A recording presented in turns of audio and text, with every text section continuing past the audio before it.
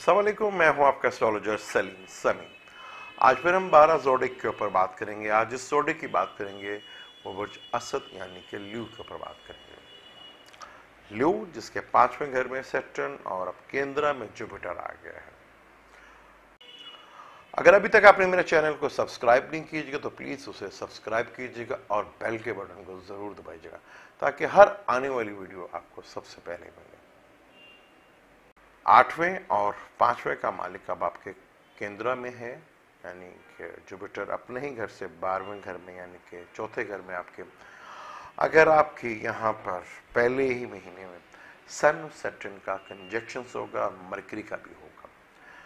सन और मरकरी का कंजक्शन बड़ा ही अच्छा होता है।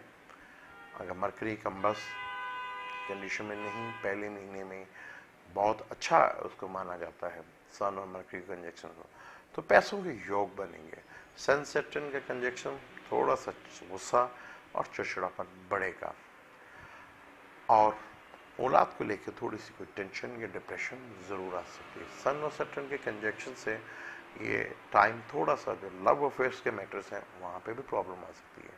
स्टडी के मामले में अगर कोई एग्जाम या कोई है या टेस्ट तो यहाँ थोड़ी सी टेंशन रह सकती है कि जुपिटर अपने घर से 12वें घर में है, लेकिन आपका सन जो है वो 5वें घर में है और 5वें घर का सन कारक भी है।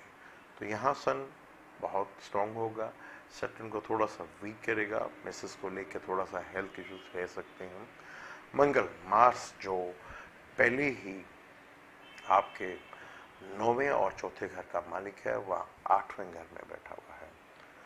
थोड़ा सा एक्सीडेंट्स का डर रहेगा, गाड़ी और मोटरसाइकिल बहुत एहतियात से चलाइएगा, एक्सीडेंट के योग बनते हैं।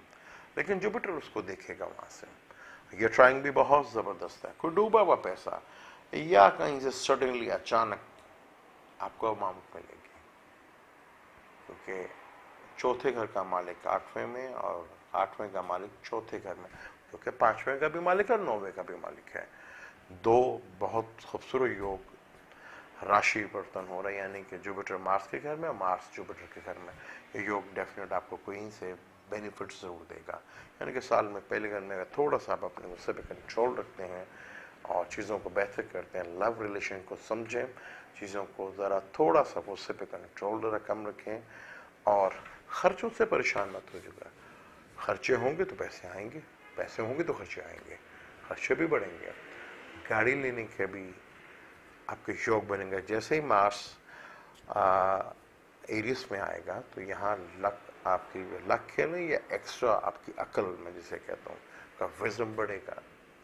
ऐसे 12वें घर को भी देखेगा, 12वें घर से भी आपके योग और 12वें घर से भी आपके बैरून मुल्क से कोई कम्युनिकेशन बहाल होंगे, नए लोग मिलेंगे, नए लोगों से रब्ता होगा, बैरून मुल्क से कोई फायदा होगा, बाहर जाने के लिए भी आपके लिए बहुत ज़बरदस्त टाइम है ये। जैसे ही मार्स जुपिटर और मार्स टॉरस में आएंगे और जुपिटर सैजिटेरियस में आएगा 5वें अपने घर में, तो ये एक महीने का कम्बिनेशन बहुत ज़बरदस्त है। जुपिटर आपका 5वें का मालिक अपने घर में, औलाद से भी और कोई सडनली अचानक कोई ऐसे आपको गेन होगा या कोई स्टॉक एक्सचेंज या एकदम सडनली किसी लॉटरी वगैरह से भी आपको बेनिफिट्स मिल सकते हैं। जुपिटर वापस जब स्कॉर्पियो में आएगा तो आपके अगर घर या गाड़ी चेंज करने का प्रोग्राम बन रहा था या खरीदने का प्रोग्राम बन रहा था तो ये अप्रैल से लेकर अक्टूबर तक का टाइम है। मार्स का भी 45 का डेज है, उसके बाद फिर वो 3rd हाउस में, ये डेफिनेट आपको यहाँ पे बेनिफिट्स मिलेंगे।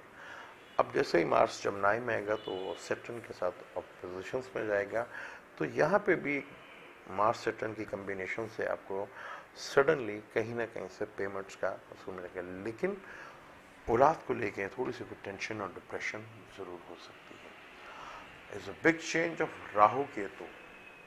राहु केतु भी आपके 5वें 6ठे घर में आ रहे हैं, तो रिलेशनशिप को लेके तो काफ़ी ही टेंशन डिप्रेशन रहेगी और औलाद को लेके भी काफ़ी टेंशन डिप्रेशन रह सकती है।